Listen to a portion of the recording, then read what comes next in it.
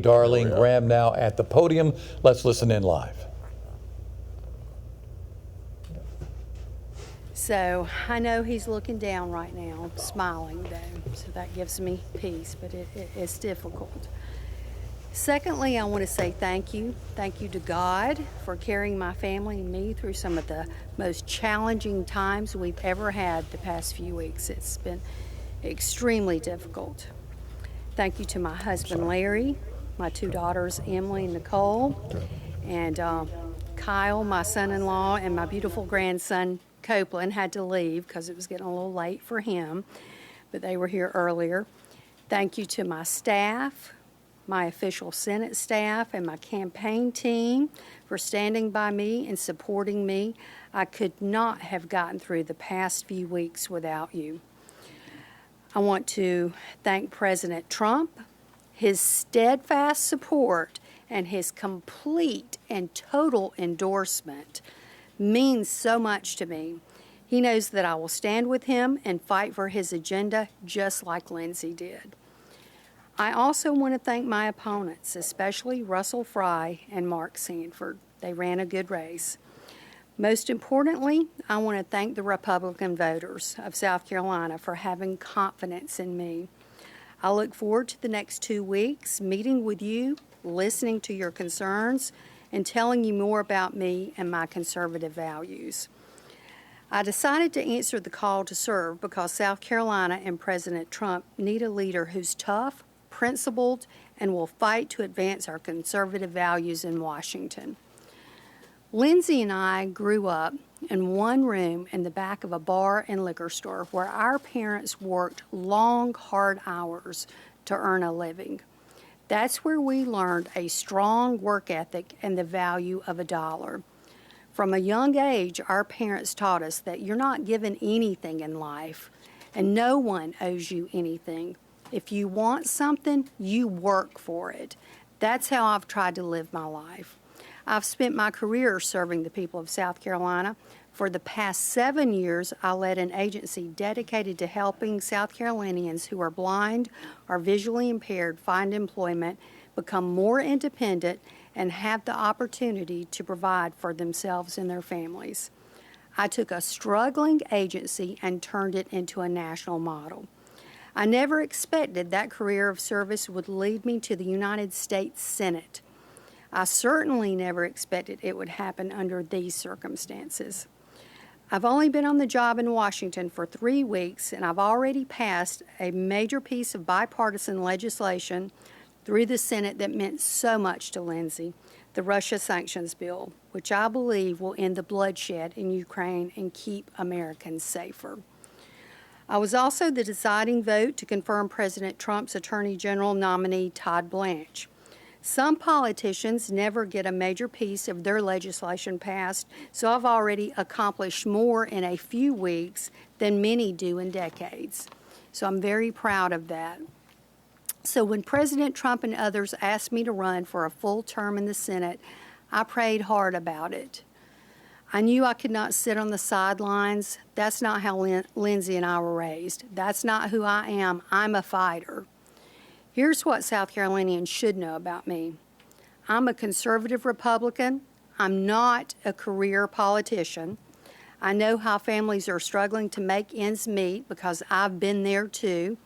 I have 2 daughters with health problems, so I know what it feels like to have outrageous medical bills. I know there's not one business in the country that would let you put everything on credit like we do today with the federal budget. You have to show an ID to check out a library book, so why wouldn't you have to show an ID to vote? That's why the first bill I co-sponsored was the Save America Act. Joe Biden let 12 million illegal immigrants into this country. President Trump and I are going to walk them right back out. I believe that if you want to come to the United States, you do it legally, and if you want to stay here, you respect our American values. I support the right to life. I believe that every human life is sacred and deserves protection. I strongly support the Second Amendment. I believe gun control is how steady you hold your weapon. I'm a volleyball mom. I love watching my daughter play, and I know that boys have no place in girls' sports, especially not in the locker room. I've been accused of not being a politician. Guilty as charged.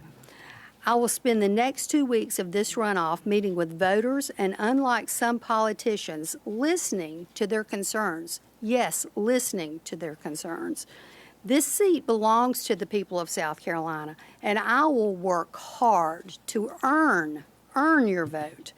This runoff will be a sprint and a team effort, and I certainly can't do this alone. So I'm asking you to go to darlinegraham.com to join my campaign, volunteer, and contribute $5, $10. Again, that's darlinegraham.com.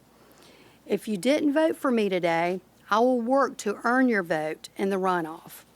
Thank you for voting. Thank you so very much for your prayers. May God continue to bless this great state of South Carolina.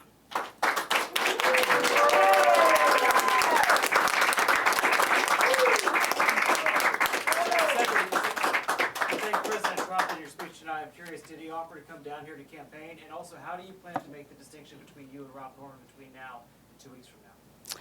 Well, I'm hopeful that President Trump will come down, but we'll see. And there's a big distinction between myself and Ralph Norman. I'm a conservative. I have conservative values. I'm willing to work hard for the people. I'm willing to earn their votes. And, yeah, we'll see other differences as the weeks go on. Yeah. Senator, just earlier tonight, Congressman Ralph Norman said he has agreed to a debate on Monday. Are you participating in that debate? Have you agreed to that? Well, that's the first I've heard of it, so we'll see. Would you be willing to debate him on I'll be Monday? willing to debate him, yes. Senator, will you reach out to any of your other opponents, asking them for their endorsements? Yes, I plan to do that. Have you Yeah. spoken to any of them tonight? I've spoken to a couple of them. Well, which is more to come. Senator, what can we expect to see over the next 2 weeks in terms of campaigning? You said you want to continue to get your message out. What does that look like on the ground here in South Carolina? Probably pretty much every day I'm going to be hitting the road. I want to sit down with the voters. I want to know what's important to them. So I want to meet one-on-one with as many people as I possibly can. So I plan to cover this entire state. This is your first campaign, the first time that you are the one out front doing that. What's your level of comfort? Your brother had decades to get that level of comfort, but how do you feel doing that? Well, it's been absolutely brutal. You know, this past month has been brutal. Today is the 11th. My brother passed 1 month ago today. So none of this has been comfortable for me. But like I said, I'm a fighter. I have buried my precious brother. I have taken on the role of a United States Senator, and I have had this brutal campaign schedule, and I'm still standing.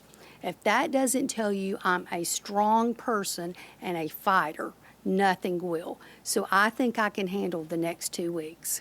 Do two more questions. Senator, this is a massive moment for your campaign, but also, as you said, it's an emotional day for you and your whole family, you know, with the loss of Lindsey. So with everything that's happened here, you know, becoming, you know, the appointed senator, now deciding that you want to run for this, getting your feet wet in Washington, have you had time to sit and process that loss to amid all of this, and what does that look like for you and your family? I know it's really been a family situation. It has been a family situation. It's been hard on my whole family, and unfortunately, I have not had a whole lot of time to process it.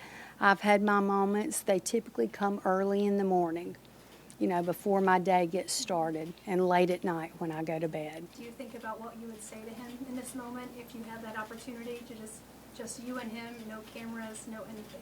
I think a lot about what I would say to him and what he would say. Right now, I think he would be very proud. Yeah. Senator, what is the experience like watching votes come in for yourself compared to what it was like watching the votes come in for your brother? You know, that's a really good question. I think I was probably always more nervous for Lindsey than myself. I'm not saying I wasn't nervous, but I think I was always a little more nervous for him. Yeah. Thanks, guys. Thank you. Thank you. Thank you. Thank you.